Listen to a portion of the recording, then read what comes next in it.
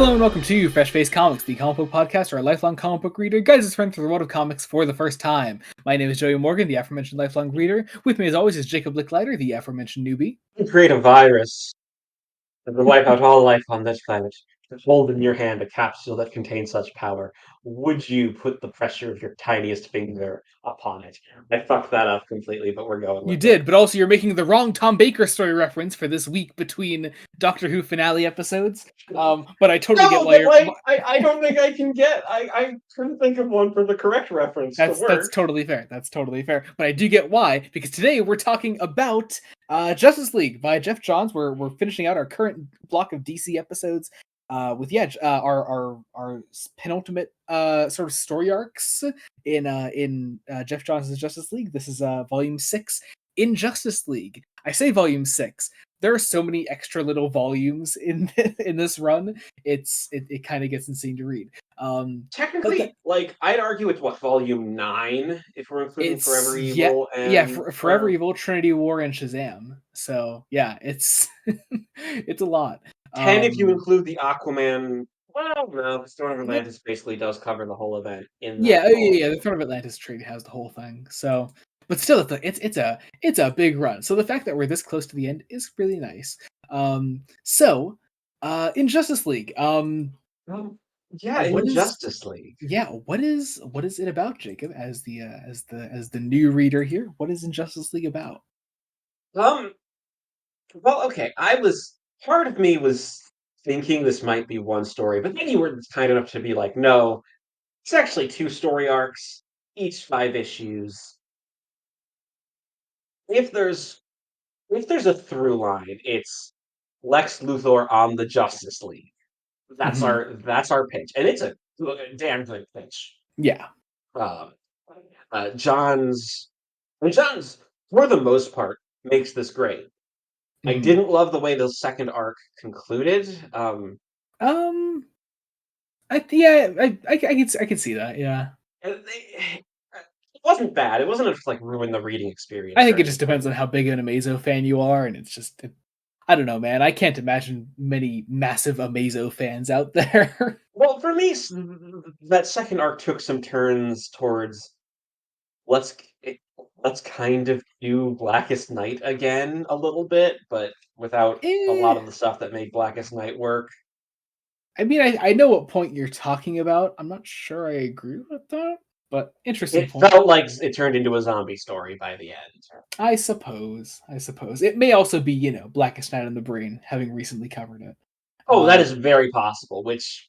And a which I mean, few hey, if you haven't heard that episode, go back and listen to our Blackest Night episode. It was a lot of fun. it was so much fun.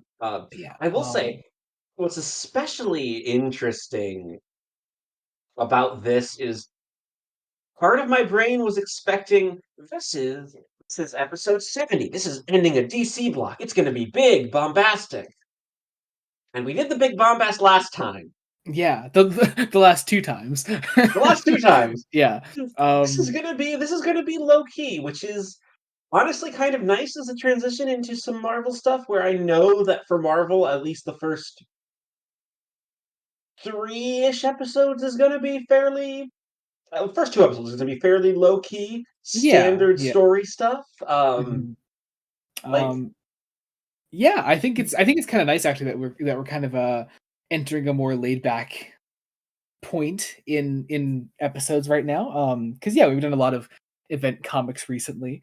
And yeah, I think just like having I think this volume especially, I'm focusing on Injustice League specifically. Um Having a volume like this that is much more John's taking the time to see, just kind of check in with the team, especially with the big change of Lex Luthor being on the Justice League, checking in with the team, still testing its boundaries, still sort of like stretching out and seeing like, okay, well, how is this team sort of strained by this change? But still, it is just kind of like checking in with where the team's at, what the team is doing. And also ends on a great little cliffhanger telling us, how they're going to be another change in the team going into the next story arc when we eventually cover that. yeah. Um, yeah, I think this is again, yeah, you said laid back, but a very essential piece of this run. Well, if I'm being honest, this is the first time really Probably since the issues Villain. just before Throne of Atlantis. Yeah, all the I was just gonna say all the villains journey stuff. Yeah. Well, I Not guess even suppose Villain's Journey, like the two little issues with Cheetah before Throne of Oh, okay, yeah, Atlantis, yeah, that's fair. where it feels like Jeff Johns is just writing a comic book, and that is Mm. You such a know, nice I feeling. I do think there's you also have that with the that little mini arc before Trinity War with the new Leaguers, Yeah, that's fair, but that will also kind of felt like setup for Trinity War. This does not feel like setup for, Dark Side War. thank you. I could Hey, not another remember, war. like, I could not Another remember war. what the last arc was titled Yeah, of last arc is called of Dark this Side run. War. Yeah. So Uh, Dark Side bookends his Justice League run, which is kind of cool. yes. It's a cool thing. But yeah, Uh, yeah. so There's it's another big change though to the team in this, which I guess we shouldn't say too much about. But also she's right on the cover, so I guess it's not a spoiler. Basically, there's someone else that gets added to the team in this, and I was curious, as non-spoiler as you can. What did you make of that other change? he's a character who I think deserves her own focus. Hmm. I Well, think the I focus mean, she gets she will very much have that. Post New she gets Fifty some great Two. focus early on in this one, and especially in the first arc. Uh, Mainly because the second arc is doing something. It's hard. It's difficult because Johns is doing is moving the characters forward in both arcs. But the second arc is much more focused on a different, a very interesting dynamic between. Uh, I mean, I can just say it: Bruce Wayne and Lex Luthor. Yeah, Uh, yeah. I mean, a lot of this volume as a whole is about Bruce Wayne and Lex Luthor, yes. which is a great dynamic and something that Johns is clearly having a ton of fun writing. Um, Oh, but it's yeah, I ways mean, where it's this thing shines. There are things that do not get resolved here that I'm imagining will have to get resolved in Darkside War. Uh, mhm.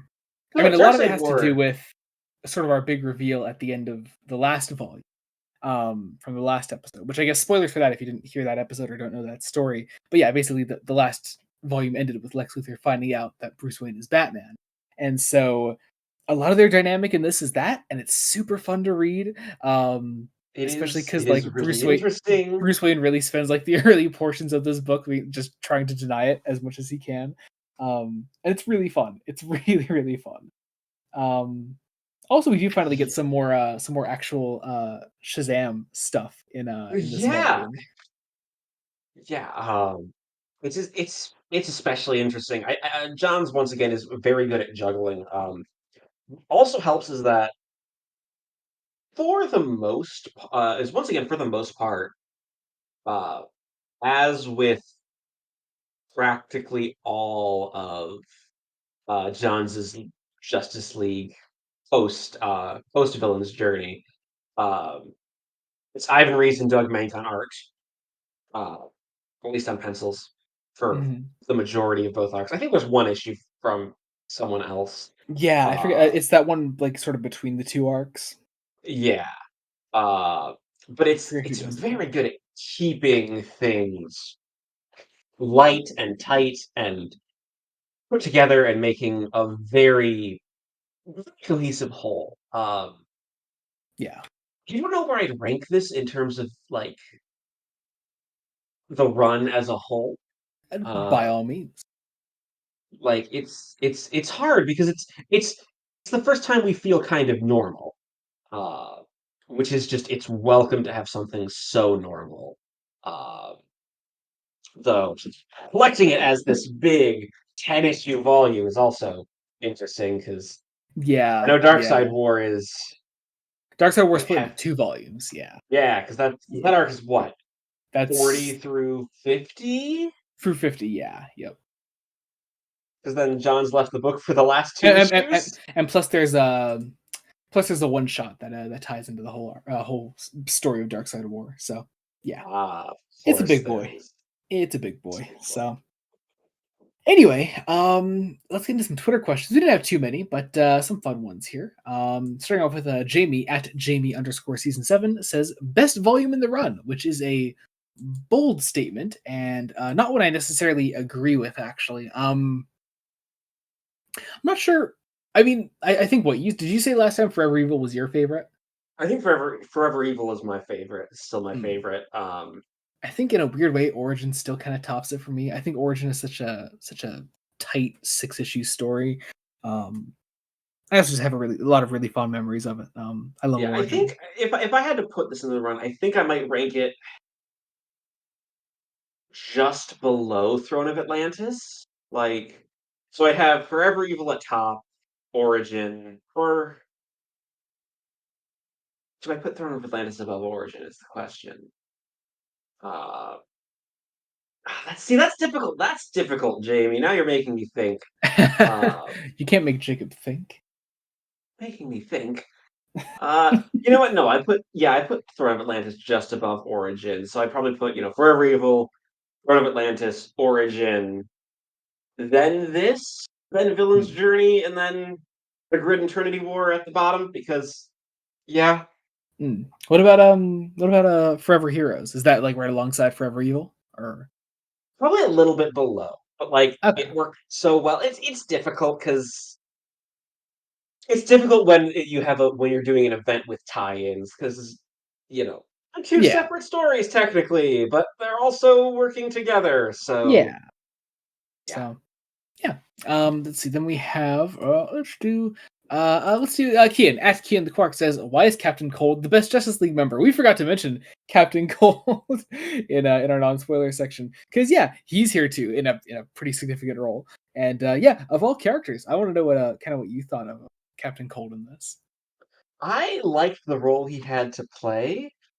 Um, it is it's one of those roles I will say I'm very glad we've read some Flash stuff, Mm. specifically from this era uh, Yeah, yeah, of exactly. comics, because I know the New 52 changed a lot of characterizations and a lot of things about the Flash rogues, and reinstating Barry as the main Flash for a while, for a Yeah. long while, Hmm. uh, does change things. Um, but I think Captain Cold is really compelling. Like he's a character I feel like could headline his own book, honestly. Like I mean, I I mean, I would love to see a Rogues book in general. There was a great one. There's a great Black Label one recently with the Rogues by Joshua Williamson. Really, really fun. you've mentioned Um, that one before. it's a very fun book. What I'm trying to get is I feel like he has enough power to headline his own book. He wouldn't mm, be he's a villain. He's not some anti-hero, but as a villain, he's not like the most evil of villains. Uh, so he could well, it's easily kind of always fit. the thing with the Rogues is that there is a There's a greater code, morality there and to yeah more to sort of juggle in there. Yeah. they're not just they're not just evil murder clown or crime boss Mhm. or I'm just listing Batman villains now. Keep naming Uh, Batman villains. Name every Batman villain you know, Jake. we're not Um, going to do that because we would be here for a while. Um, then we have our last Twitter question today from Rules Panda at Joey can read this. Says favorite lineup. I'm guessing that just kind of means like Justice League lineups in general. Does this mean like a lineup that already exists, or can we make? I mean, I kind of have a soft spot. Like, I'd like to really read the international lineup, like I the love the one for international lineup. post crisis. That's a Uh, really lovely line. Um, that I adore. Of course, I adore the Justice League animated lineup with John Stewart and Hawk Girl and all that. That's really great. Not sure. I have a couple. I mean, of course, I always love the classic lineup like pre Batman and Superman, JLA, with Hal, Barry, Diana, Jean, and Arthur. That's a great one. yeah, I honestly, I'd like to see some more non-traditional lineups, uh, like, like Give me more Zatanna on the Justice League, I was gonna please, say, like, get please, Zatanna on there, get Black please, Canary Zatanna. back on there. Yes, Um, Zatanna. Yeah, Black Canary, Green Arrow. Like, please, like these are names that should always be on a Justice League team. Which actually is why I really liked the pre Death of the Justice League lineup they had. That was a really great lineup. Just needed more Zatanna, but Just whatever. needed more Zatanna. I I needed mean, more didn't they Zatanna. announce that Zatanna was getting? She has her own book coming out soon. It's a mini series that I'm absolutely picking up. Um, and yeah, it looks great. Looks really, really great. So, yeah, I think that about does it for our non-spoiler section, our questions and all Section, that. yes. If you're, we're gonna get into spoilers in a second. If you're not sticking around for spoilers, be sure to skip to the end of the episode and find out what we're covering next time. I think Jacob's gonna reveal it himself. Actually, I think we'll do that. Yes. That'll be fun because you're aware of what the next couple episodes are. I am Um, aware of what's coming next we'll for a explain. We'll explain. reason. Yeah, we'll explain it all at the end of this episode. So, but otherwise, thanks for sticking around, friends. As always, socials and books that we covered will be linked in the description below. You can check all that out. And without further ado, let's get into our spoiler discussion on Justice League in Justice League. I feel so stupid saying the full title every single time. Justice League, Um, in Justice League. Which, like, okay, I get it because I know why it's called that. It's just it shouldn't be. well, because also like both arcs are 5 issues each. Um, and in Justice League is the first one. Yeah, Uh, like you could have called it. What's the second one called? the Amazo virus. I mean, I suppose that's a more accurate one. Yeah, but I think I in mean, Justice League, yeah, it covers more ground. Like, yeah, fuck it. Anyway, let's get into this. This is Justice League number 30. 30, with So a cover of Lex Luthor on front and center. I have Uh, already decided that is the episode artwork for for this episode of the podcast because it's just a fantastic cover. I'm Um, surprised they didn't choose it for the cover of the book, honestly. Right? It's Like, probably because it's not quite like exactly centered with Captain Cold in the back there, and I think they wanted something more centered with Superman there in the middle. Because yeah, Superman's not even on this cover. yeah, but Superman's Anyway, also not like, also despite everything, I also Superman just isn't the biggest focus of this book. Like, yeah, I also just realized looking if you're looking at this cover and the little like credits page on the left there, isn't that from the last volume uh, yeah, with Black Adam and yeah, Ultraman? That's I just noticed that. That is really bizarre. Huh. uh, I'm sure there were panels they could have grabbed. I searched through these books for panels every single episode, and yeah, I think there are some really good options in this one, but okay, whatever. Anyway, kicking off with the Secret Society of Supervillains. What a lineup we have here, as they are. Well, this is first off, this is a flash forward here. We're seeing Yes. the Secret Society being attacked by the Justice League, which we see the lineup is currently Batman, Wonder Woman, Captain Cold, Aquaman, Cyborg, Shazam, and dun dun dun Lex fucking Luthor. Full Who said, purple and green power armor. I Lex love him. He Luthor. says, "You're all under arrest in the name of the Justice League," and it's a great opening. Fucking Jeff Johns, man. Anyway, 4 days earlier, yeah, this is not long after the attack of the crime syndicate. Daily Planet headline says Lex Luthor saves the world. Insanity. And yeah, we see so the Daily Planet here. Asking Clark on the what's so phone. bad about Lex Luthor? And Clark Kent is having basically a panic attack about this, for lack Yep, of a better term. yep. Uh, Calling his boyfriend while he walks through the street, which of course is Bruce Wayne. Um, and and yeah, they're kind of like discussing what to do about Lex because Lex is kind of seen as a hero right now, which is a bad thing, obviously. Um, but I mean, hey, I mean, as as podcast hosts that are currently covering Superman by Joshua Williamson on Fresh Face One Shots, I mean, I don't know. I'm not entirely put off by the idea of good guy Lex Luthor right now. It's kind of a hot thing right now. um, it's come up more often than you'd expect yeah. at this point. I will say what's kind of interesting is again how Johns takes it so differently than Williamson. Like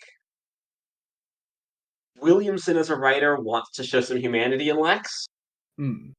And like John's Johns, I think does takes it. the more Johns takes more of the approach that Lex is only good right now because he is right in a weird Yeah. way, like there's a very factual air about Lex Luthor's goodness right now, whereas in Mhm. Superman, it's a bit more of an appeal to Lex's humanity. Yeah. But here, yeah, it's very much like Lex is a good guy because he did a good thing, and he's going to use his goodness for something. Um, So and I really like the way that in an interesting way, I feel like Williamson's Lex is very Clancy Brown Lex, I could see that. whereas in a weird way, you may disagree with me, but this Lex kind of Gene Hackman Lex, at least from first That's two, interesting. That's with interesting. the I could comedy dialed back. With the comedy Yeah, dialed obviously back. with the comedy dialed back. Like, That said, though, um, I did watch a fantastic Gene Hackman film recently, where he's being really serious in it, and I would have loved to have seen that applied to Lex Luthor. Anyway, entirely beside the point. Um, so like, but okay, so if we're comparing them to adaptations, I think I'm not sure what side of these. I don't know. I think almost this is more Clancy Brown because Clancy Brown's Lex, at least in the DC animated universe, um, always struck me as a bit more like factual in his. I mean that Lex was never really good, so to speak. Um, I'm not sure. I'm not sure what I would compare Williamson's Lex to now. Obviously, that's not what this is really here to talk about right now. But yeah, I don't know. I hadn't really thought about that before. um, but Anyway, yeah, like this John's Lex is kind of a harebrained schemer, especially in the second arc. mhm, Especially in that second arc. yeah. Um, Move on. We see. Well, first off, we see actually also that some people are watching Lex currently. Some people that we may recognize, sort of. More on them later. But then also we catch up with Wonder Woman, who is fighting Metallo at the moment. um, love seeing that, especially because it's Action Comics Metallo, and we kind of take him out of the picture entirely with this, which is kind of funny. Um, that's great. Anyway, um, meanwhile we have. and they're searching for Lex, who has disappeared. Mhm, Meanwhile, in Central City, uh, it turns out that Leonard Start has been given a fresh start. His parole officer is trying to make sure he's actually staying on the straight and narrow. mhm. Uh, Leonard is a bit apprehensive, shall we say, of the fact that Barry's not gonna let him go a free man. Who Um, Barry? Who's Barry? Leonard Snart the only Flash. knows the Flash. Uh, Sorry, I keep trying to take a yeah, drink, and I keep doing it at like inopportune moments. at the worst moments. Yeah, it's not working. Uh, Anyway, but yeah, Justice League looking into more villains who may know about Lex's whereabouts. Um, it's the whole lineup here, and they all go back to the Watchtower, and who's waiting there but Lex Luthor himself on the mind you, Watchtower. this is a new watchtower built by Lex. Oh yes, that's okay. Yep, yeah. That's right because the other one was destroyed by the Crime Syndicate. But yeah, no, it wasn't destroyed by the Crime Syndicate. That It was was brought down by the Crime Syndicate. okay. Yeah, you're right. Oh, Okay, the grid. yeah. Um, Anyway, but yeah, Lex is here on the new Watchtower with champagne and glasses and greeting the Justice League with the biggest fucking smile on his face. And he's also already invited Shazam up here, who is kind of disgusted by he's like, well, champagne. the League needs some raw power, so we're gonna get Shazam. A child, a But raw child for power raw is the point, power. Jacob. Raw power is the point. Uh, and Lex also submits to the lasso of truth. Mhm. Like it's like, oh, I know you'll never believe me, so have Wonder Woman put the lasso around my neck, uh, And then and they ask put you it around his questions. wrist Then instead. But yeah, this is where I think this is the scene where we really start to see how Johns is handling like Lex's turn of good faith here. Um because like First off, it is not a turn of good faith. yeah, Lex fully yeah, acknowledges. it's exactly like there's this great moment where Superman says like, "Why would you ever want to be a member of the Justice League?" And Lex says, "Because I'm an egomaniac," because he has the lasso of truth around him, and yeah, it's a really fun moment. But also, yeah, like you do see like Lex's how Lex's brain is actually working here because he is completely telling the truth here, and it's a really great moment. It Um, also feels like Lex is nearly ready to reveal that like some big villain, that's Darkseid, probably in Darkseid War. Bit of a hunch for an arc we'll called see. Darkseid War. Uh, We'll see what happens. that something is coming, and Clark just rips the lasso off of him before Lex can spill, like in anger, ever so subtly. But Lex genuinely wants to basically not see the Earth destroyed because he can't rule a planet if there's no one there to rule. Yeah. Uh,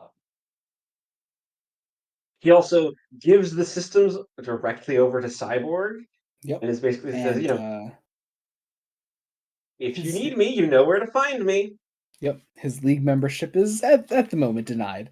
Um, then the league sort of gets together to discuss what has happened. They also begin talking about the events of Forever Evil, where there's still there's also the small matter of a certain power ring sort of floating around right now, looking for a replacement for the crime syndicate's version of Green Lantern. So yeah, we catch up with that ring, and we see a new character who is being chosen by the ring because she is terrified right now. So you were, I'm guessing, aware of the existence of one Jessica Cruz. I knew she was a character. I thought she was a Green Lantern. So she Um, is nowadays. I It, see. This is how. this is where she begins. I really love Jessica Cruz. You don't really get too much of her here. You'll see her more eventually. And I just, again, the amount of Green Lantern shit I want us to cover is quite. I would literally need to make an offshoot of the podcast just to cover all the Green Lantern shit I want to cover. This would it's become the Joey makes Jacob read Green Lantern comics and podcast. it would still take forever. Yeah. Yeah, Um, it's a lot basically. And so yeah, anyway, point being, here's Jessica Cruz. She is being chosen by the ring to annihilate the Earth. And yeah, we will pick back up with that later. and you would think that would be enough to be like our wham on the issue. But let's actually make it better. Yeah, Um but Jonathan runs one ups himself by going in 2 pages to Wayne Manor, where there's a knock on the door. Mr. Alfred Pennyworth enters, and oh look, it's Lex Luthor. Can you tell Batman that Lex Luthor is here to see him? and that is the fucking end of the issue. And it's so good. Yeah, just kind of genuinely just like such a great first issue for this volume. Doing so many things, but also in that wonderful little Jeff Johns way, keeping it simple enough to still follow like the main story beats. It's really nice. There's something falling outside of my room. Anyway, anyway, moving on to I think what helps with the ending is actually that it is kind of a it's kind of a surprise, honestly. Like, oh, mhm, Lex is just gonna come out in the open and tell Bruce that he knows, mhm, uh, and not like try to keep that close to his chest at all. mhm. Yeah, And yeah, now we go into Justice League number 31. 31. So, back on this whole Jessica Cruz thing. I love actually the way that sort of shifting focus away from Jessica Cruz. First off, I love the way that the Power Ring sort of selects new people. Like it literally kind of negotiates with them by like sort of putting itself in this like dominant position because it knows that the people it chooses are like afraid of it. Um, so it's Yeah, just are I don't. afraid of it, have already experienced it's very much implied that it goes after people who already had some sort of big traumatic experience. Mhm, Because we don't ever get the full ramifications, at least in my mind, of what happened to Jessica Cruz. We get we get it. We don't get it from her perspective. We get it largely from the outsider perspective of this fucking ring. Mhm. that is an unreliable narrator. Like, I mean, I do think that's really uh the point of this is that like, yeah, you're not really seeing what Jessica is thinking because it is such a dominant force that it completely takes over and does all the talking for her, basically. yeah, we Um find out that that's Jessica Cruz is extremely agoraphobic. She has not left her apartment in 4 years. Um, mhm. I do love this bit when she takes out a fucking shotgun and tries to destroy the ring with it. But the ring, of course, fights back, survives, and takes Jessica Cruz. And meanwhile, Bruce is sitting down for a drink with Lex Luthor. um, Openly trying to. Well, Lex Luthor's being very open about it, but Bruce is trying to deny his existence as the Cape Crusader. Um, at one point, Lex literally takes out a gun and threatens Bruce, thinking that this will somehow um, reveal his identity.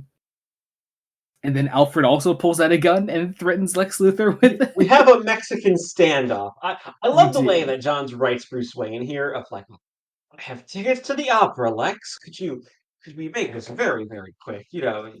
As much as I enjoy drinking bourbon with you. Um, and it's very much like, oh, you want me to reconsider the Wayne Enterprises LexCorp deals? No, no, no.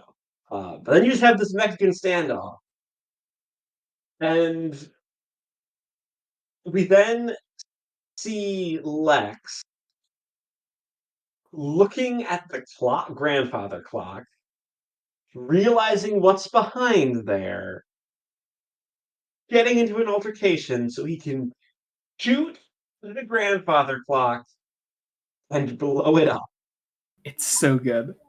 This and then I love that last panel that Mank draws there for him. Um, when he says like, "So let's start this conversation over," because yeah, Lex fucking got him because he's Lex Luthor. And again, I love the way Johns writes these interactions so much. They're so good. They're But yeah. very good. Um, Meanwhile, some Shazam and Cyborg shit.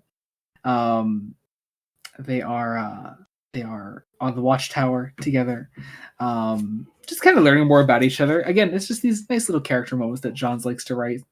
Um, Shazam is especially bored because there's like nothing for a child to do on the Watchtower.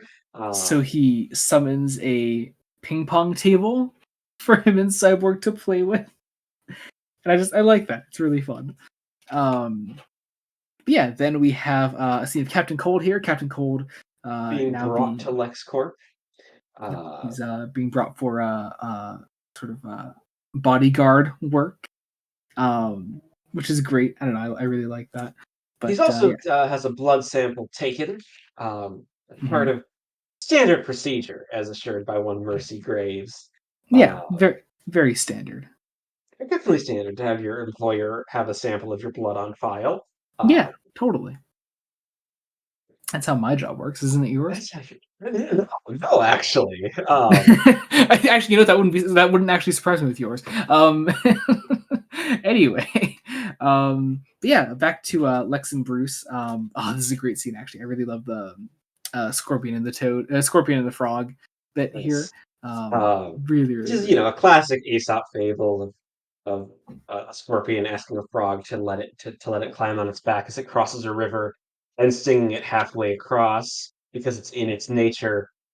And then Bruce decides to twist it just as the scorpion's about to sting the frog, a bat flies by and rips the scorpion into the sky, then dines on it while the frog swims away. It's Now, so good. here's the question. The frog is meant to be Clark, right? Like Probably, that's I would how say, this is. yeah, oh, definitely, I would say, You could yeah, also argue maybe the League in general being poisoned by the presence of Lex Luthor, but it's also Clark. yeah, Um, I think so. Yeah, I mean, hell, I mean, again, bringing up Williamson Superman right now, I think that's very much what we're kind of seeing in that run at the moment. Um, which, by the way, if you're not reading, it's current Superman run by Joshua Williamson, fantastic. is Um, great. and we have a bunch of videos covering it on Fresh Face One Shots. Yes, So yeah, more coming this month. yeah, yeah. Uh, Anyway, so Lex does eventually leave, which is nice, and we then catch up a bit with Oh no, actually no, we don't. Well, we see like a single panel of Clark and Diana. as they Um, alert to some emerald energy appearing in Portland, and Jessica Cruz's power ring is being forced as a puppet to burn the world. mhm. And then the Doom Patrol shows up. And that's the end of the issue. Kind of So not entirely out of left field, but in a way, I mean, it was kind set of. up in Forever Evil. I remember you asking about it when we were covering that, and I was like, yeah, just we'll come Just back to it. And we'll come back to it, and yeah, we're back at it. now we're back to it. So that brings us into Justice League number 32.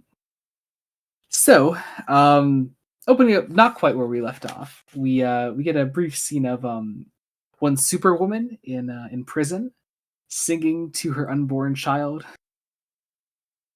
Look, this woman's fucking insane. I love it. Great. More on that later.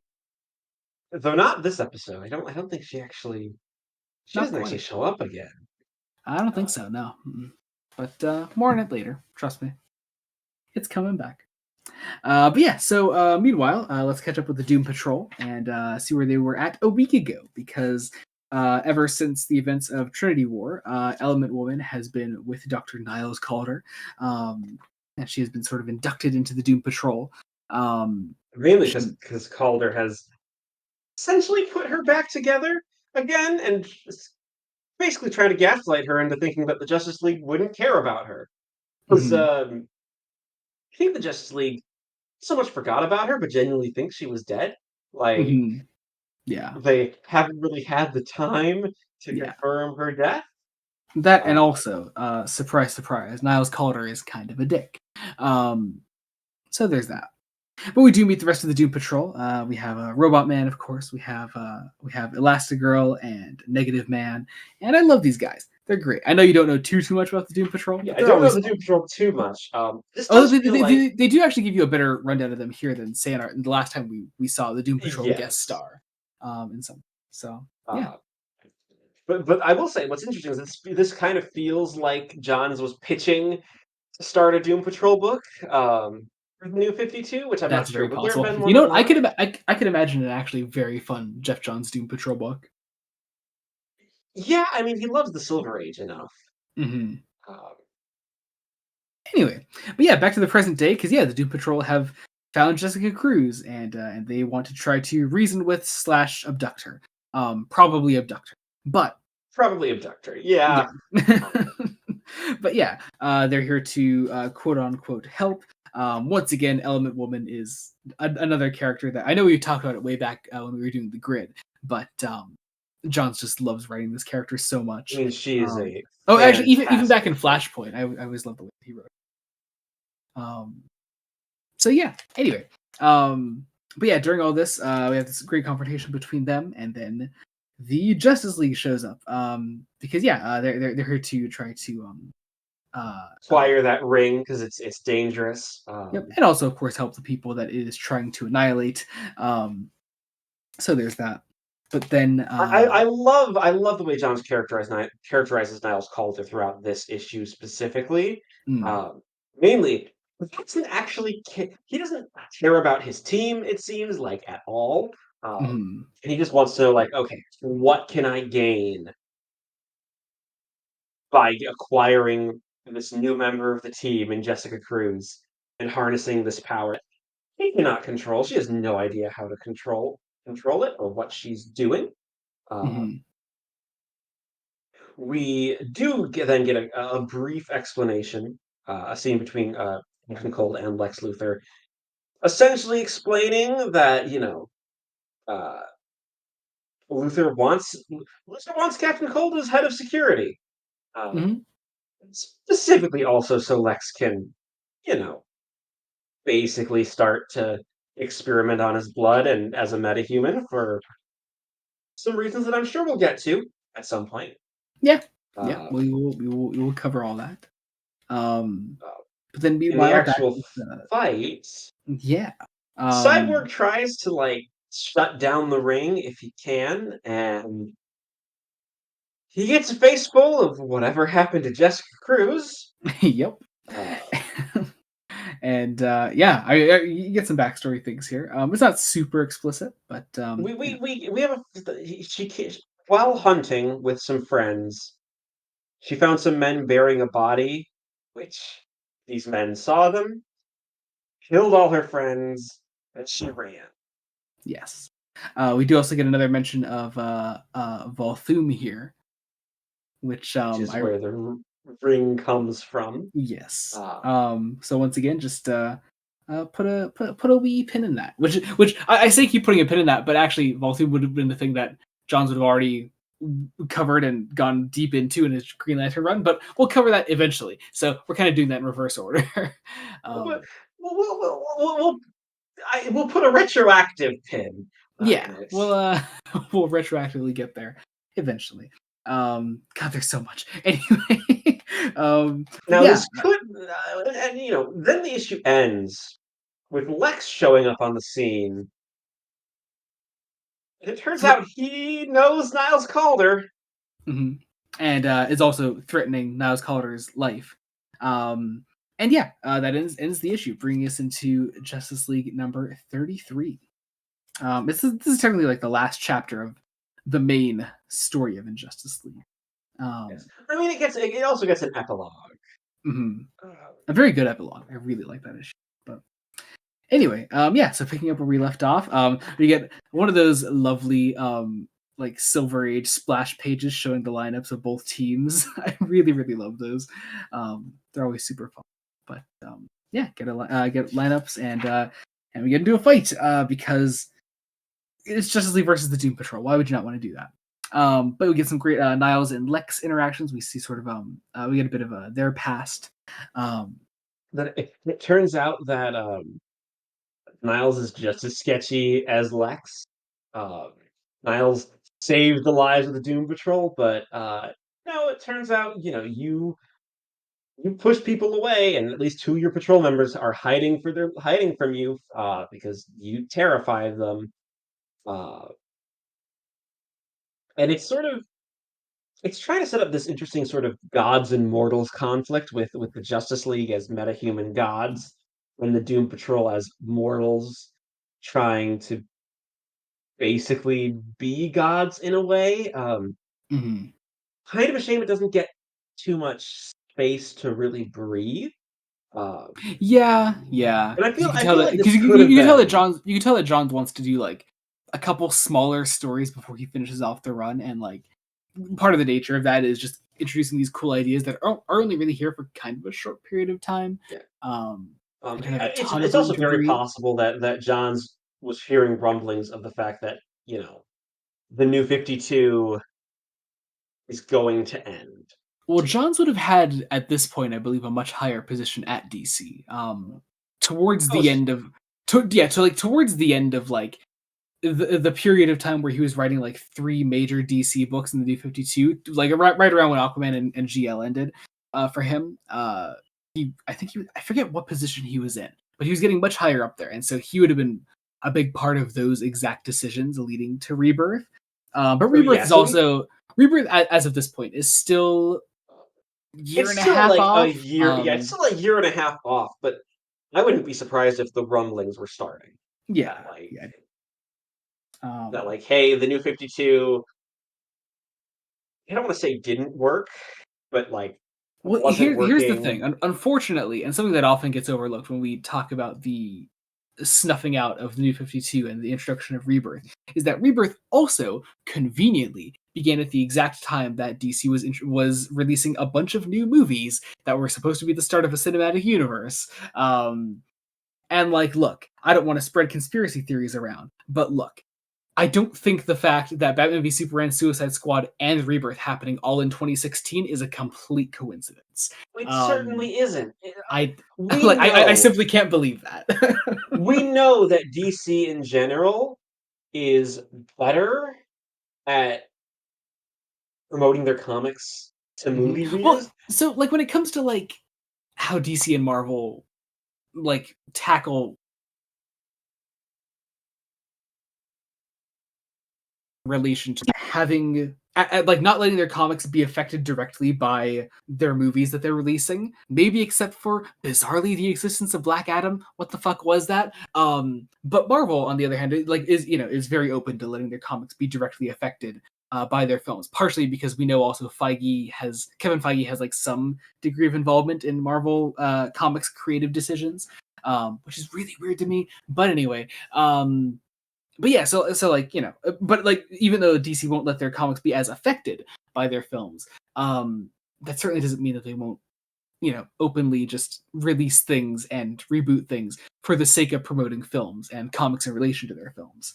That was a weird tangent to go on, though. Yeah, I mean, where that started was Rebirth is happening soon at the time of us reading this. So, Well, it's clear that like releasing two big films, like we can onboard some readers here by mhm. resetting, doing our Well, best to especially reset because things. that first Rebirth Suicide Squad run was like basically the movie line. It was Killer Yes. Croc, Enchantress, Katana, all them. Anyway, let's get back into this. So yeah, Jessica Cruz is having visions. I forget this bit. What is this? Where she's being threatened by a cowboy? What is happening? Wait. I think that's meant to be her backstory. Oh yes. What Okay. it Yep. is it's the ring forcing her to relive her trauma because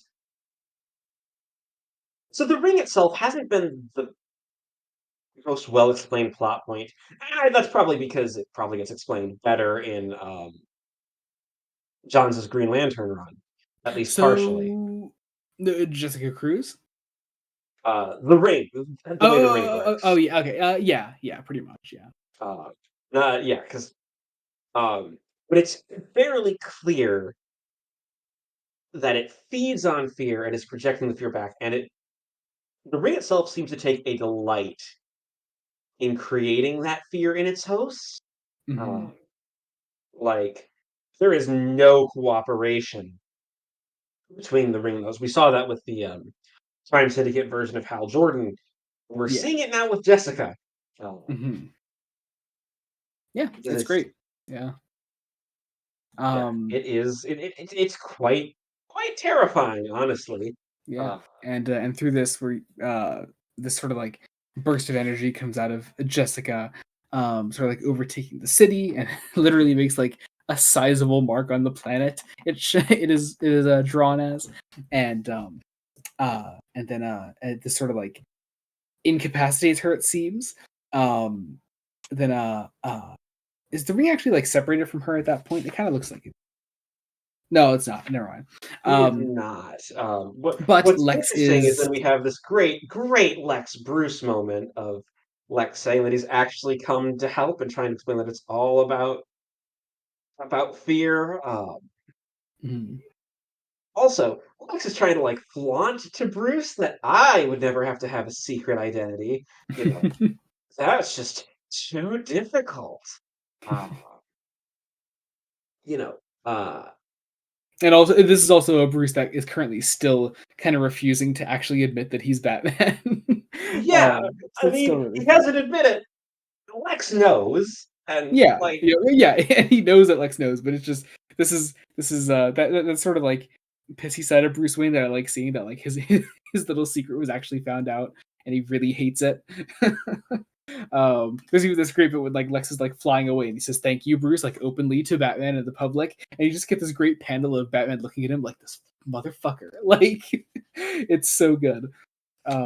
Yeah, love that. But then Lex joins the fight with Jessica Cruz, trying to sort of bring her down.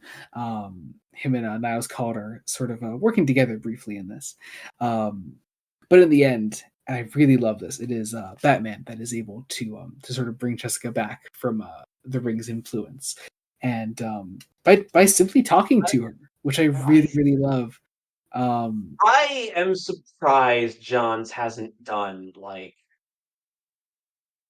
significant stuff with just Batman. Like, right, it's kind of insane that he hasn't had a proper like just Batman run, but I guess also that this run is pretty bats heavy, so it you could view it as his Justice League review run, it I as that, suppose. yeah. Yeah.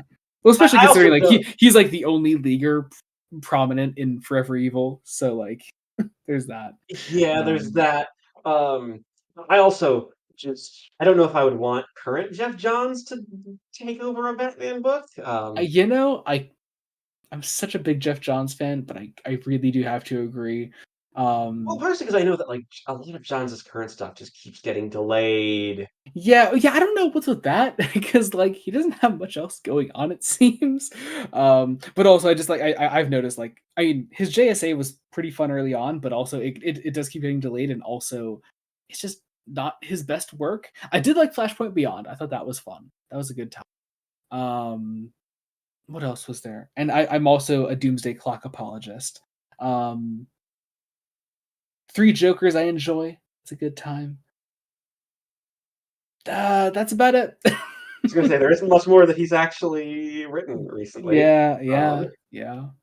But apparently he wants to do more. So anyway, yeah, but anyway, point being, Bats is able to bring down Jessica from this.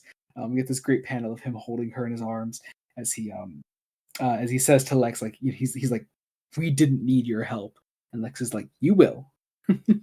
But yeah, we finish off the issue with then Bruce then saying we need to put Lex on the League to keep an eye on him, pretty much. to keep to basically keep your friends close, keep your enemies closer. Yep. And I do also like that this is a conversation not had between the entire league. This is just the Trinity. This is Clark, Diana, and Bruce talking. Um, and so yeah, they all sort of agree to allow Lex into the league, and we get this great last panel of Lex and Superman shaking hands, and that brings us into Justice League number 34. Which So is the Injustice League epilogue. yeah. Uh, First off, I don't know why I think this is like kind of like one of the Jeff Johns Justice League covers for me, and I think for a lot of people, this is one of those images that is just kind of like associated with his run for some reason. I mean, didn't Um, they use it for like the second Omni collection? I think I think of so, the actually. run. Yeah, this is just one of those images that this and obviously the JL number one cover. I think are just kind of like those images that are like synonymous with his run. I mean, it's But because it's yeah, a great group shot, right? Like, yeah, great group shots are always fantastic, and of course it's also actually by a not typical John's collaborator with Jason Fabok here. yeah, Um, Jason Patrick and Brad Anderson doing the colors makes it different. It does mean that it looks significantly different from the way the interiors of this issue looks. yeah, Uh, especially considering this is a guest penciler on this. This is Scott Collins doing the pencils here.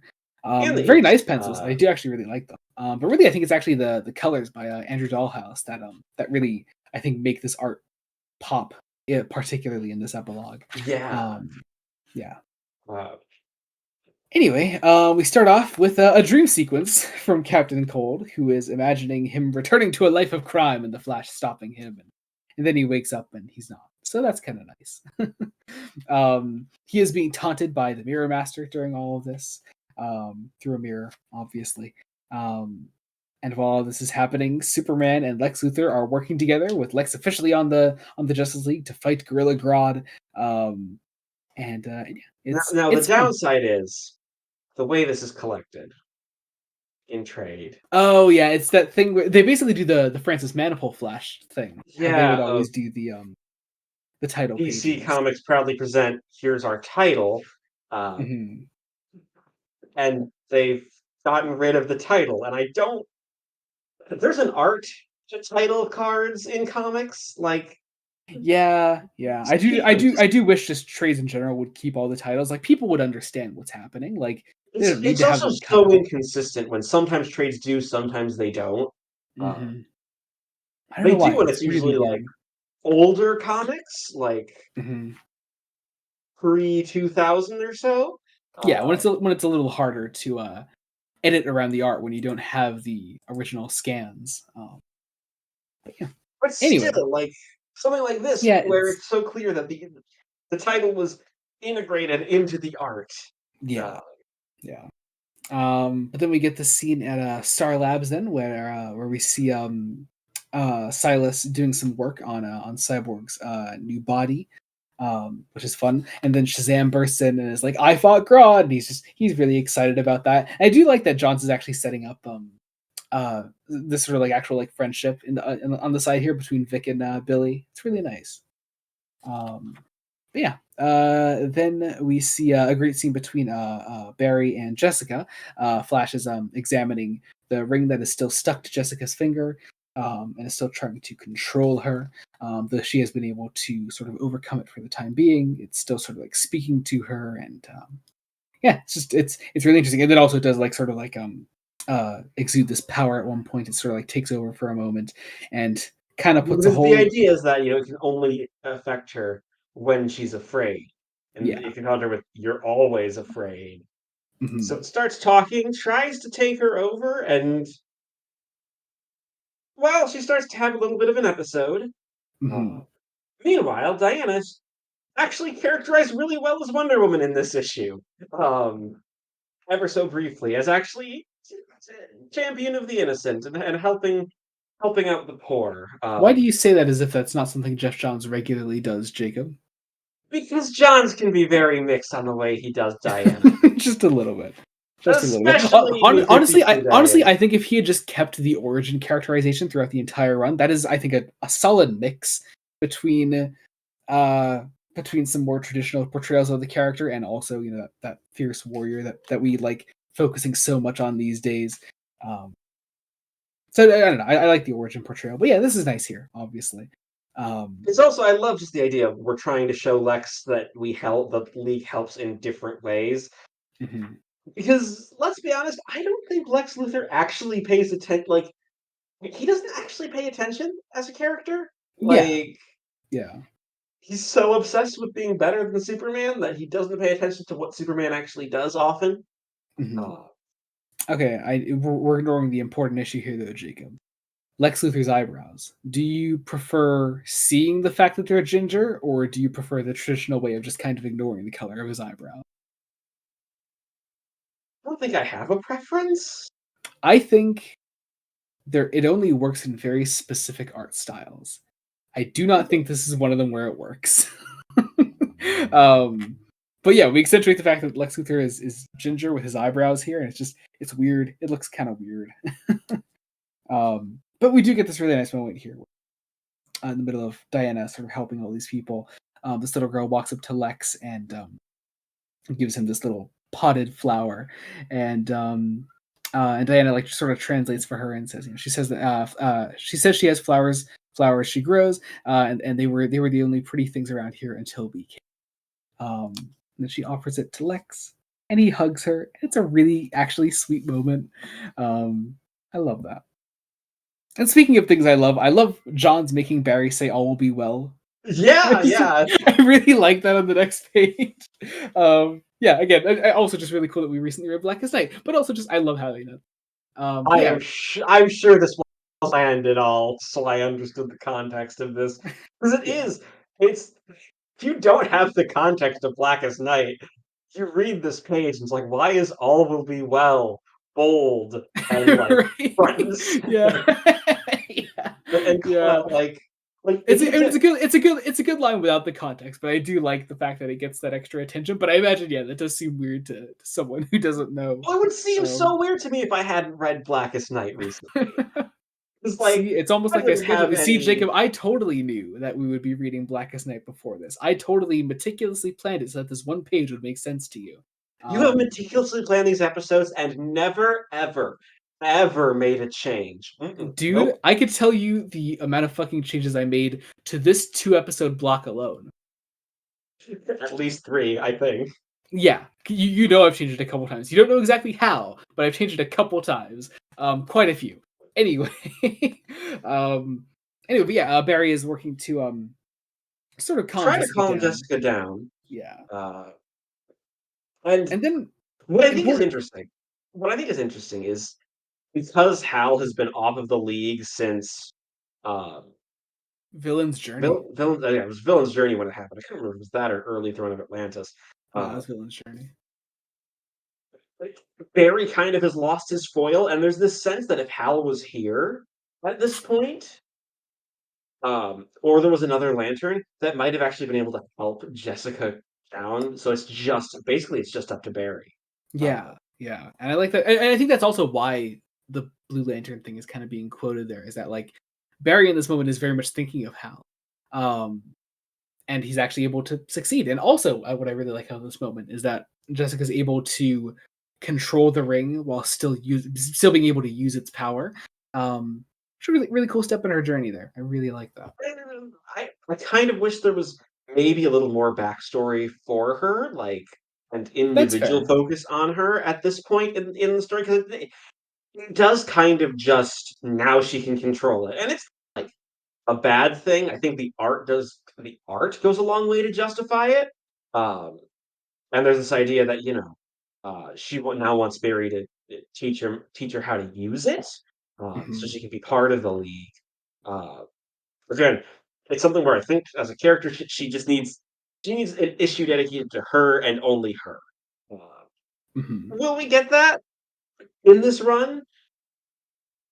Probably not. Probably you know that you have a big event coming up next, You so have again, eh. the writing is on the wall that the narrative is coming to the end. I will say, Rebirth is where I fell in love with Jessica. Rebirth treats her so well. Um, she's part of the main Justice League lineup in that early Rebirth that is, and she headlines her own book alongside Simon Baz. It's really good. It's a really really good for her. And I can imagine Anyway, I can imagine it working. I can imagine it working. yeah. It's the trouble of Jeff Johns' creative character, where probably if Rebirth didn't happen, I am sure Johns would have given her a little more development Mhm. here than It, he it, did. 'Cause it's it's it's a character that Johns clearly has a lot of ideas for, but is, in typical Jeff Johns fashion, is doing so much he can't quite dedicate the time to her that he actually needs. Um, yeah, and yeah. So. what's a shame about that is I know we've said that a lot about Johns as a writer.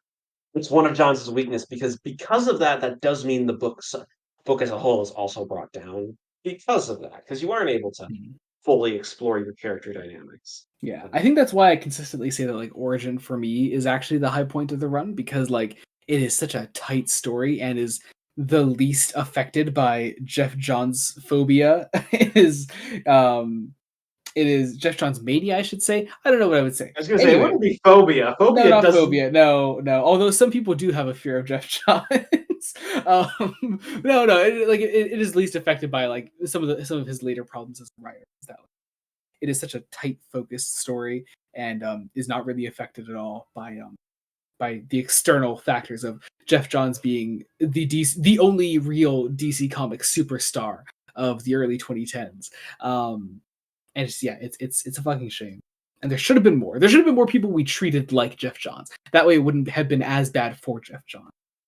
Yeah. Anyway, um, Lex and Bruce are talking then, and once again speaking on their partnership through at first thinly veiled allegories because there are people around, but then those people leave, um, and and they begin to talk about their partnership on the Justice League, and it's really the first time that I think Bruce actually acknowledges his and Batman's uh, coexistence in the same person in front of Lex, and it's fun. It's fun, and also Bruce like directly threatens Lex here and is like, we will catch you. You are hiding, and you are hiding something, and we will catch you." And Lex is like, "Huh? It's funny. Superman said the same thing years ago. Yet look, here we are, where we are." Fun, but anyway, moving on, we have another scene with Lex here that he still has the flower that the little girl gave to him, and he is talking to someone mysteriously in the shadows. And that person seems to be Owlman. It Yeah, is Owlman. It's Owlman, it is and it's cool. Owlman. So And we don't get a follow-up on that. we do not. It'll happen. It'll happen. Um, Once again, Johns is also planting stuff for his big final arc. yeah, But it's the end of the first story arc, because this is 2 story arcs. yeah. Let's get into Yeah. the Amazo Honestly, I think virus. if I'm gonna be honest, I think Injustice League is the stronger of the 2 arcs. I would agree. I would agree. I think the Amazovirus actually feels a bit stretched out in places. Like Yeah, I wonder if we could have dedicated an extra issue to Injustice League and shortened the Amazo virus a little bit. Yeah, maybe you want to give this maybe I mean, some more, maybe I do like love this prologue, but to me, I think the final 4 issues do kind of feel like they could have been crushed down a little bit. oh, the middle feels stretched, and I will say there's some points in the art, especially in uh middle issue. So if you, for those who don't know, I do take notes as I'm reading. Things to bring up, plot points, and other things. And one thing I noted, there's a lot in this second arc. There's a lot of issues where you'll have like multiple pages of just art, is moving the story along, but it feels like it's there to take up space. That there wasn't enough Yeah, space. that they're doing, like, big panels just to sort of fill up the pages. Yeah, yeah. Which again is funny because we just spent, like, almost that entire, last story talking about how, like, "Hey, maybe we could, like, dedicate more time to things," and, like, the second we do, it's like, "No, you're not spending your resources correctly, are you?" Like, it's You aren't spending, you're not dedicating more time to things. You are stretching things. They are mhm, very different things. You can't just have something happen and like something that will take only that really should take only one page and make it three. yeah, You gotta be efficient here. yeah. Oh, That said, what a fucking cover. Oh my god. oh, a great cover. I really Uh, love that cover. Um, but I mean, also does kind of give the game away. Like, I don't think there's really anything in this issue to indicate where the rest of this story is going to go until the very end, and like, it's just kind of weird. Um, yeah. Anyway, we open on a montage of the Justice League saving people, and we see Cyborg, Shazam, Wonder Woman, Batman, and Lex specifically working together with Aquaman, which is kind of funny. We also see Jessica finally controlling her ring more and being helpful alongside Superman and Flash. it It's feels like cool. Johns wants to do some more with the Flash Jessica Cruz relationship, but We get little hints well, of it there, but then we get also where hints the of rest it. of this story goes, yeah, Yeah, it's like yeah, great. Uh, because Lex is making this whole speech, so the Justice League is, in, while Lex is doing the speech, is preparing basically a heist to try to understand some things about Lex. Uh, all while he's making a speech, uh, and it is great.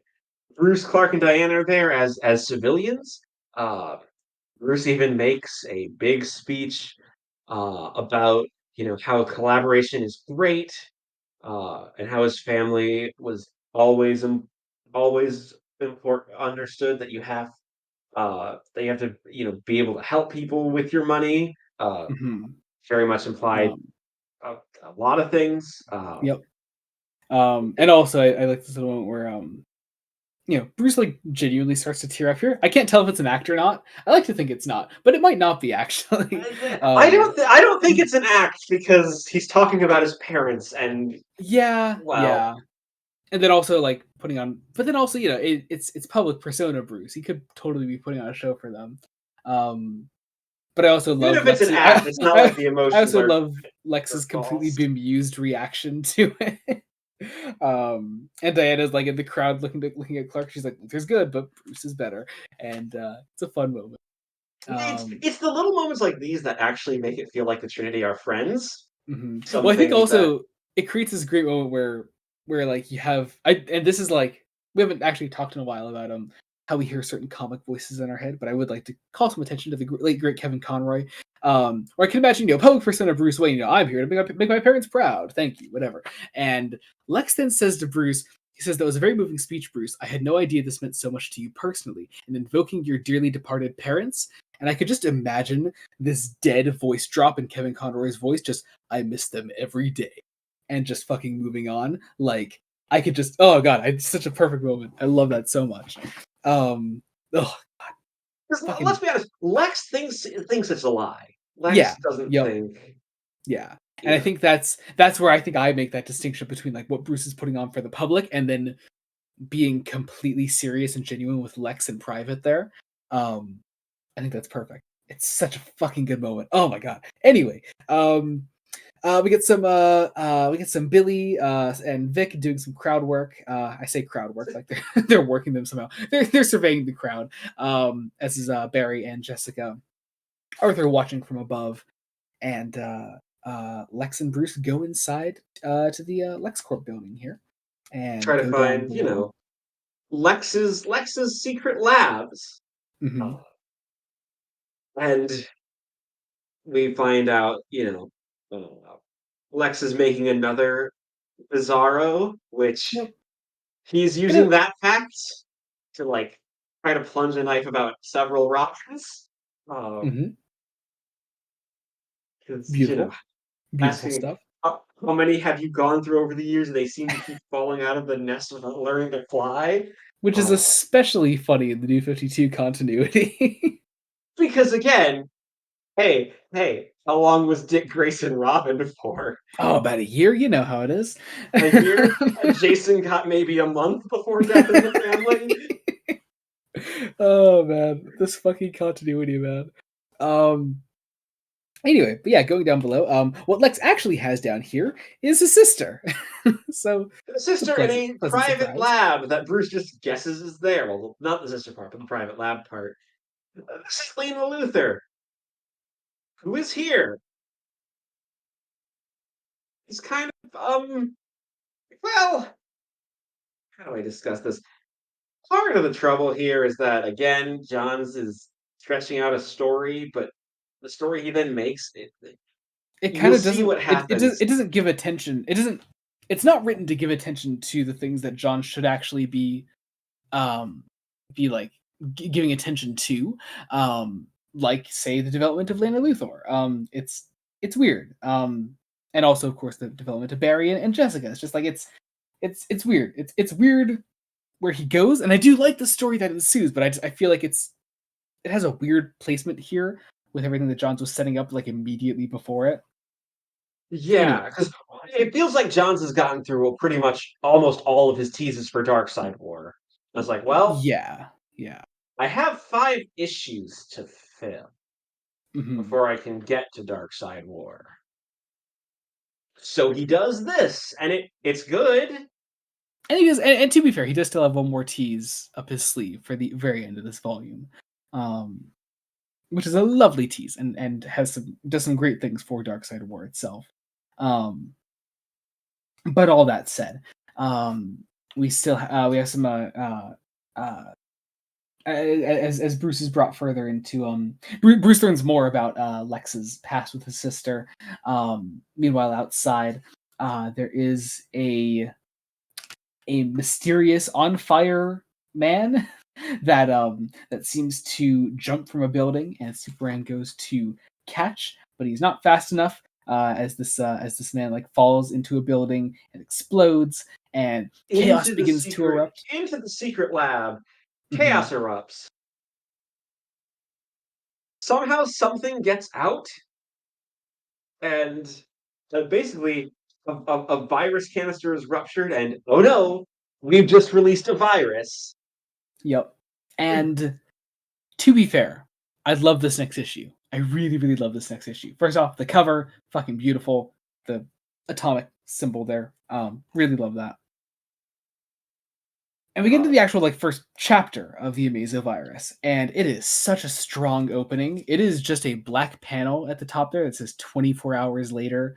This is also Justice League number what 36 at this point? 37? 36. 36, that's it. Hey, 36. yeah. 'Cause Yeah, 24 hours later, we just get these great sort of dead panels of a dead city pretty much. There's kind of like money flying through the air, there's green gas in the sky. A virus has been unleashed, and it's kind of scary looking. You have these like people sort of like trying to rob this truck. Batman's watching them and is like not even necessarily trying to stop them from robbing the truck, but is like, hey, you guys have to like get out of here, you're going to be infected by this. um I mean, uh they already are infected. Things are are only going that's to right, get yeah, worse. yeah. So he and Clark try to confront them. But they then manifest pyrokinesis and start to blow shit up, like As you do, as it you do. happens. Yeah. I do also like Bruce's protective suit. It's a cool design. I like it. Yes. It's not too over designed. I really appreciate that. Um, but One anyway, of the other yeah. ones has gravity control. So Yep. again, we get some action that spreads quite a few pages. This virus is not just taking people down, but it's clearly giving people powers. And then killing them afterwards. Yeah, yeah. And so catching up with Lex, who is watching over the rest of the Justice League, and I do mean the rest of the Justice League, because everyone is out of commission right now except for Lex, Clark, Bruce, and Diana. And I love that lineup. I just wish Johns was kind of taking the time to focus in on some other characters a little more. And here's the thing: when we say the rest of the Justice League is out, we mean out. Like we don't even get them sick having dialogue at all. Like Mhm. Which you could they are use to like just. have some great like character moments, but that's just non-existent. And it's such a shame. It really is. We find out that they are searching for a patient zero of this virus to maybe try and create some sort of vaccine. Uh, the like turns out Lex's initial story for creating this virus uh, was I wanted to suppress the abilities of metahumans. However, that's a lie. Yep. It's And we don't get what it rightfully, is. rightfully, nobody believes that. Now we find out that Clark and Diana are immune because Diana in the New 52 Is part is God. divine, is part god, Yep. and Clark's an alien. Yep. Um, Everyone Bruce else, see, I do feel like Arthur maybe should have had some sort of immunity. maybe like I'm really just looking for excuses for literally anyone else to be conscious right now. anyone else. Well, also, I don't want to bring up the realism thing, but Bruce was right next to like was in the vicinity of the canister when it He was, erupted. but also I guess the idea is that Lex was too, and Lex probably had the protective suits on standby. Yeah, so it's very possible, but like, But also at that point, why didn't he save his sister too? yeah, I mean, Actually, you oh could no no no no argue, no sorry, she was already knocked out by the blast before. That's yeah, she was knocked out by the blast. yeah. Honestly, this story is just kind of a mess. Uh, I wouldn't call it a mess. I just think it doesn't have much to do, and Johns dedicates way too much time to it.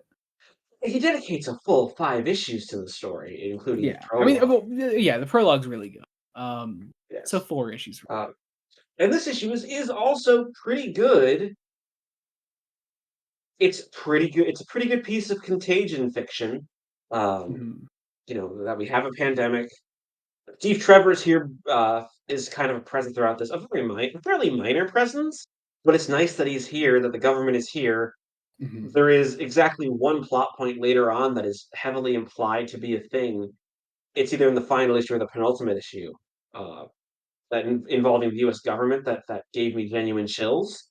Uh, Mm. it's but it's all because if you recognize exactly one panel of what is being implied that isn't brought up in dialogue, I'm uh, actually not sure what you're referring to. they're going to nuke it.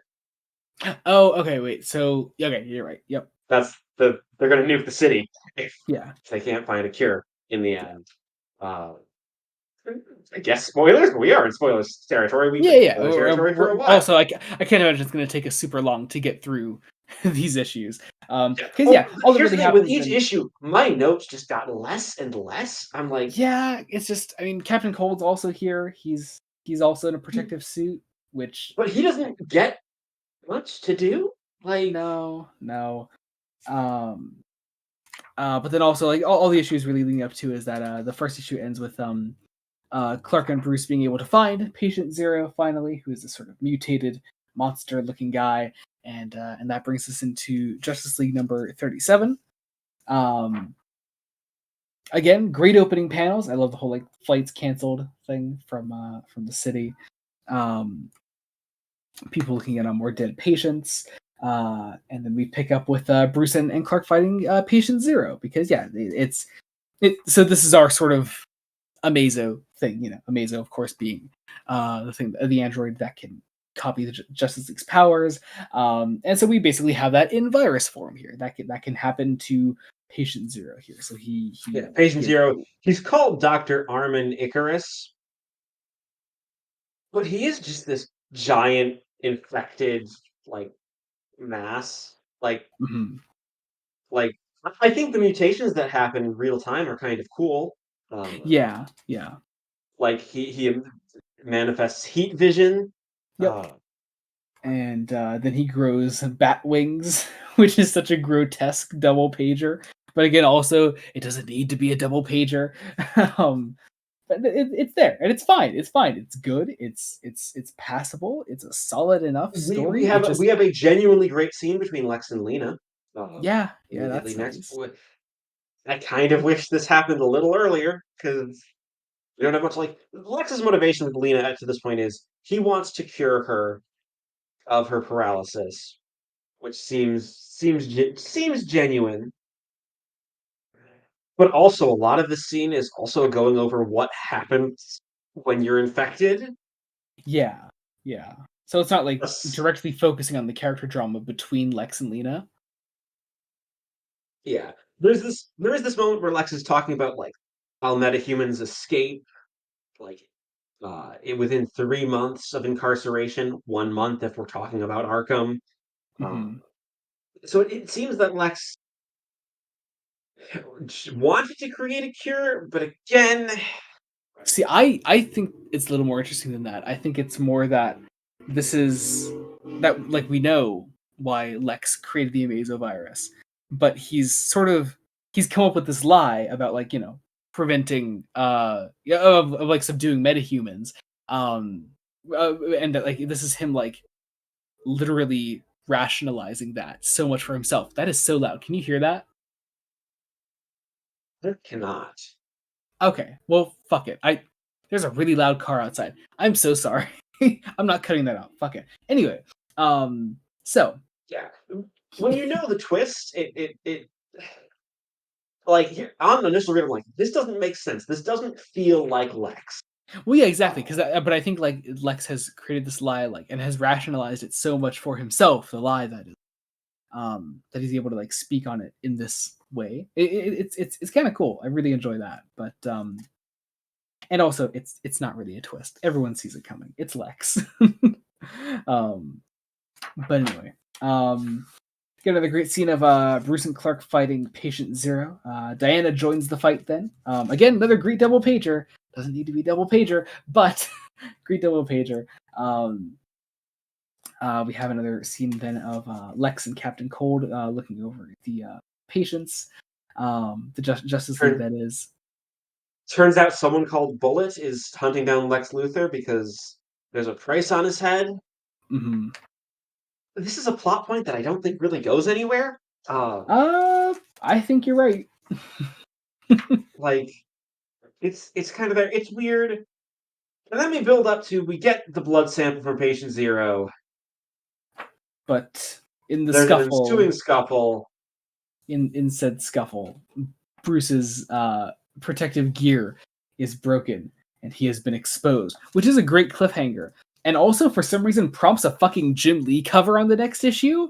What? Yeah, like I mean, it's a cool cover, but it seems really fucking random. like, it's like it goes way too hard for the fucking Amazo virus. also here's where the story really kind of falls apart for me in these last two issues. Mm. Like Bruce being infected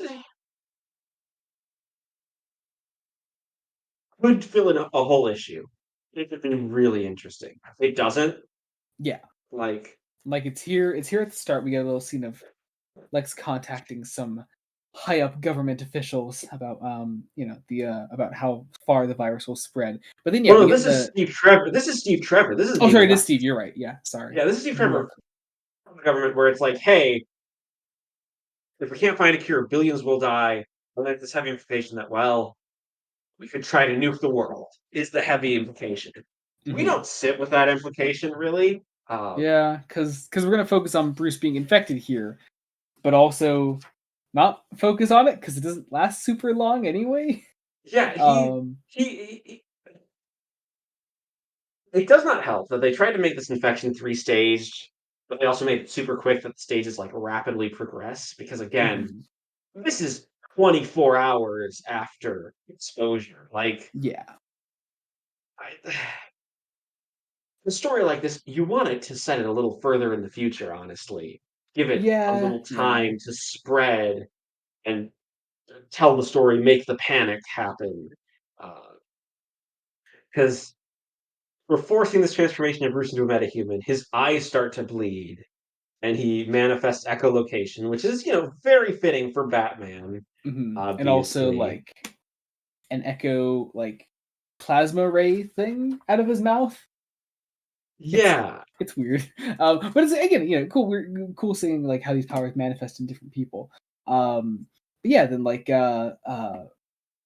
it, like, knocks out Patient Zero for the time being, and then we Then see. suddenly, and almost without warning, we get like the infected starting to act like zombies. Like they start swarming, which doesn't feel right. Like, Yeah, it's not exactly the kind of story that Johns was setting up, was it? no, it wasn't.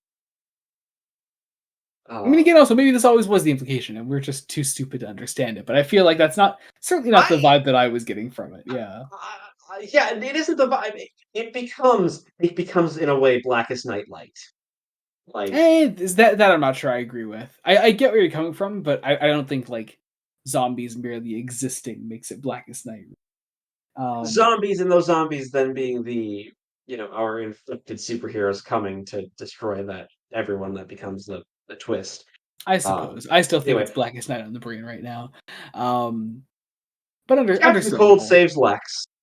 He does from this guy named Bullet, and yeah, Lex goes back to the patients, and uh, we get this great scene actually between because this is what Bullet that he's talking to here, or This is Neutron. This is the oh guy God, you're right. that, I forgot that guy existed. Jesus, you're right. yeah, Okay, 'cause yep, John's just like keeps adding characters. yep. No, because that's the guy that causes the explosion in the first Yeah, place. he's the guy that Yeah, caused the explosion. yeah. Anyway, Um, so we get Bruce back to the back to Lex because he's sort of like passed out now. We're doing like tests on him, and then we also took Patient Zero back here to do some more tests on him. And basically, we're going to work on a cure now. Um, and we it do get turns out, some. oh surprise, Patient Zero's blood won't actually help. I need Superman's blood because surprise, I exposed Superman to the Amazovirus 4 years ago. Mhm. That's our twist. And The drama that come happens on. I was gonna say that's afterward. a great moment. Come on, that's a really great The, moment. the drama that Um, happens afterward is fantastic. yep. Because that's, I mean, like, if It's nothing else, like that's something that genuinely makes Superman fly off the handle for a moment. Um, really because nice. yeah, it's quite literally you just made us waste 3 issues, basically, um, Mhm. But of then, time and resources. yeah. But then Bruce gets back up as a zombie. He attacks them.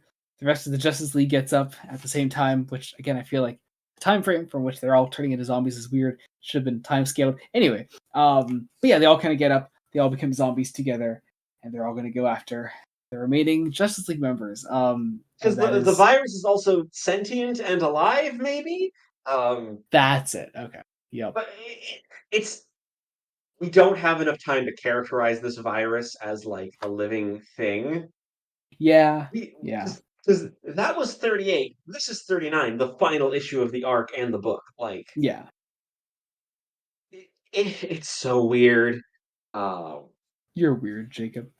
Let's I move on. am not.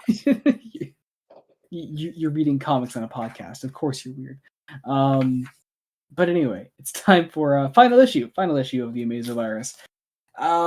Okay, so fight. That's about the size of it. We open with some narration about different plagues of history that Johns Oh is wait, that's right. I evoking. do. That's right. I do like those actually. Yeah, and it's like, okay, you're trying to talk about how society can easily fall to plagues, which is great. Which is also kind of fun to read these days. Yeah, yeah. I wonder if this would hit differently pre-COVID. Like, it might. Or I but mean, also especially at night. during COVID. Yeah. Yeah. Oh, gotta be honest. The fight is well drawn, and I do love this moment where Diana is going to give Lex one more chance to save humanity. Hmm. Uh, you know, try to work the magic, but it kind of wraps up way too quickly. Yeah. Yeah. Because Like yeah, Lex actually does is he's able to make the cure for it like he pretty gets Superman's quickly. blood to make Yep. the cure. Uh, it We quickly freeze happens. patient zero. Um and that's about that for the main plot. There's some nice wrap up though, because we see Steve, Diana, and Bruce sort of like working on distributing the cure and all that. Um, we think a great scene between Patient Zero with Lex and Superman as they're sort of like watching over him, because this is surprise surprise, this is Amazo now, so that's our big twist basically. Which isn't really a twist, it's just, this is Amazo now. And then as we close out the book, Steve talks to Neutron one more time. Um, and there's that. And then we have an actually great little last couple panels, because Barry is determined to help Jessica work through this absolutely insane ring that she is dealing with at the moment. And so Barry has called in someone who can help her better than he can. And that person is, of course, the one and only Hal Hal, Jordan. Hal motherfucking Jordan. Which, I mean, come on. Even if you were sort of brought down a bit by the quality of the Amazovirus as a story. If anything was going to get you excited for reading Dark Side of War, come on, it's It's got to Hal be Jordan being it's the back. return of Hal fucking Jordan as written by Jeff Johns, which I don't think he could physically be bad at even if he tried. So, I was gonna bring up Wanted Hal Jordan, but then no, Hal was nope. actually characterized really well in that. He was one of the few Hal's saving fine. graces. Hal Jordan is not the problem with Wanted Hal Jordan. It's everything else. Yeah, Um, yeah, so yeah, I think here's the thing. I can see what Johns was trying to do with the Amazo virus, yeah. and it it isn't feels bad. yeah, it just Like feels like misplaced. Wanted Hal Jordan, to bring up the point of comparison, that individual story is bad. Yeah, and I think also I do think also Wanted How Jordan is bad for elements kind of outside of Johns' control that has a lot to do with the 1 year later thing that DC was doing at the time. Yeah. And it was hit really hard by that. Um, so like Wanted How Jordan literally suffers as a plot because of that. Um, but this is it's a good story. It's a fine story. It doesn't really do much Work. for the run as a whole. And I feel like when It we're isn't. so close to the end, it's kind of a problem. The problem is it isn't really advancing the characters much. Mhm. Like the closest character to get advancement is Lex, and even then, not a whole lot is Yeah, done there. We yeah, really needed some more stuff with Lex and Lena Luthor by this point.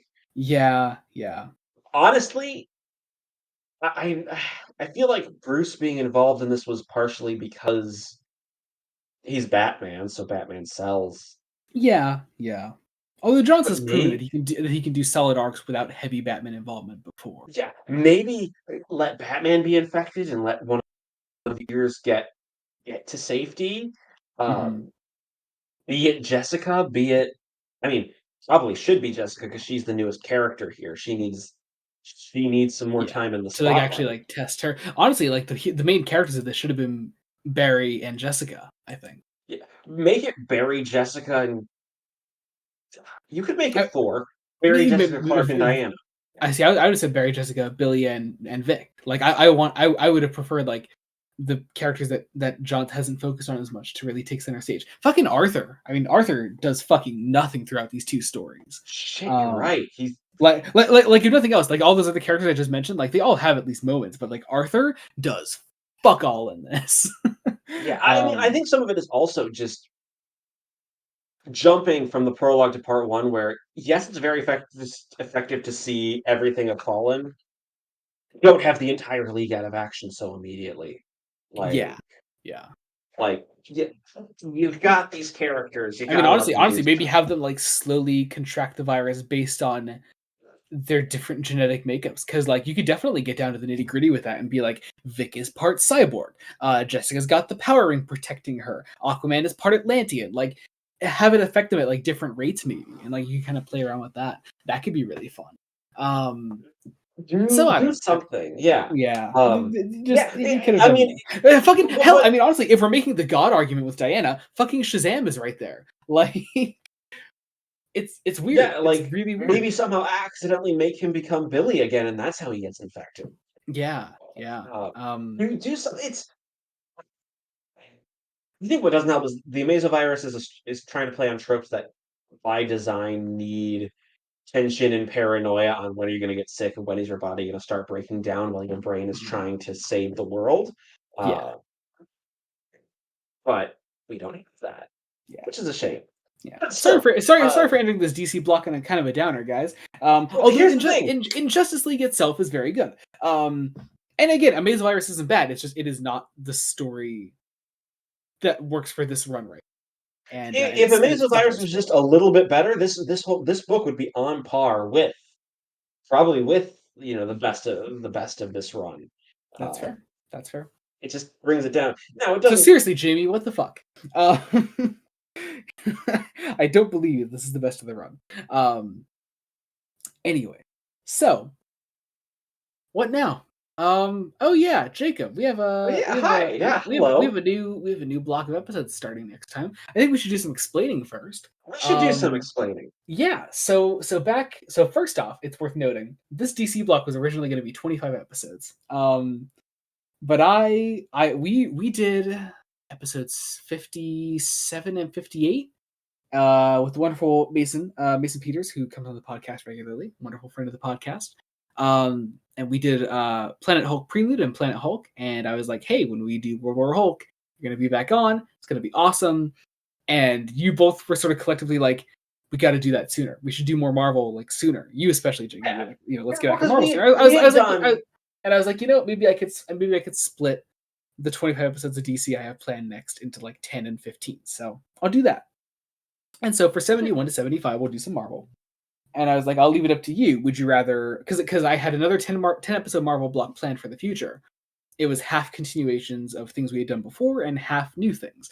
And I was like, would you rather continuations or the new things? And because Mason was part of that conversation, and partially, I'm sure it was also because you really wanted to, you both kind of collectively said continuations. Yeah, Um, let's do the continuations. and so, because of Uh, that, you are very much aware of what the next couple episodes of this podcast I are. know what the So, next 5 episodes are. so I think to Uh, sort of break tradition, Jacob, should we just do all five at once? Should we reveal what they all are since they're all no, no, no. continuations? We are going to discuss All them right, all because right, all right. I don't One know. at a You could time. have tossed a double booker in there just That's randomly. sure. So go ahead and tell the people at home what are we covering next time on Fresh Face Comics. And next time on Fresh Face Comics, we are going right back to the swinging 1960s, covering Volume 3 of The Amazing Spider-Man This by is, of Stan Lee. course, the Marvel Masterworks split up. So when we say Volume 3, we mean the Masterworks split up, Yes. which is So for issues. those, Oh, you go ahead. it's, Go ahead. it's issues 20 to 30 and annual number 2. Uh, Oh, annual number 2. I'm not looking forward to that annual. I You know, okay, I say that in a really bad way. It's better than the first annual. I'll say that. Well, there's that. Yeah. Yeah. So But yeah, that'll be the so next episode. back to Spider-Man. We may or may Yay. not have a guest depending on how scheduling works out. Entirely possible. Yeah. But yeah, we'll see. We'll see when that comes about. And yeah, so back into Marvel next time. I'm excited. I hope you're excited. I hope all of you I'm listening at very home excited. I'm very are happy. excited. Yeah, it's gonna be fun. So yeah, in the meantime though, check out other things that we do, friends. Check out the rest of the podcast. I feel like we don't say that enough. Check out the rest of the podcast. I know some people check out just like sporadic episodes. We have a lot of really great episodes out there. I like to think at least. We have a lot of really great episodes out there. We And do. we do. We have some great ones out there. We're great. You know that?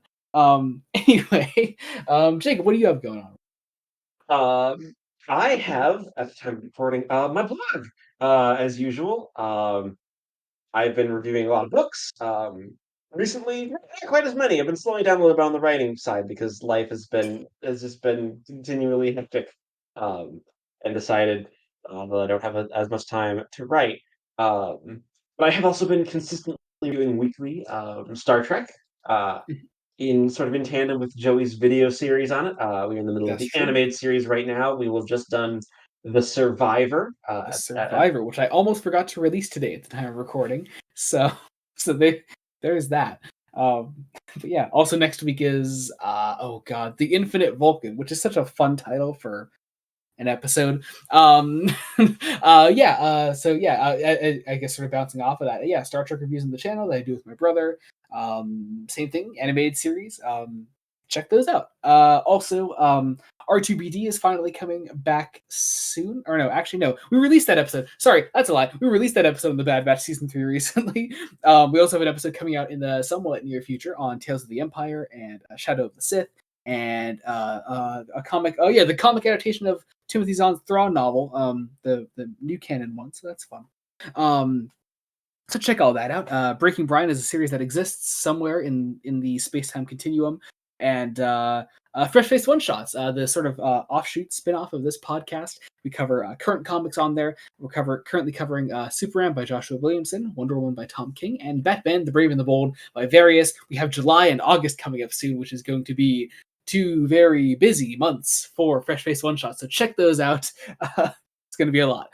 So yeah, that's going to be fun. But otherwise, I think all that about does it. Also, socials and everything will be linked in the description below. We'll have link trees and all that, and also the books that we cover today and next time on the podcast through Amazon links in the description below. You can check all that out.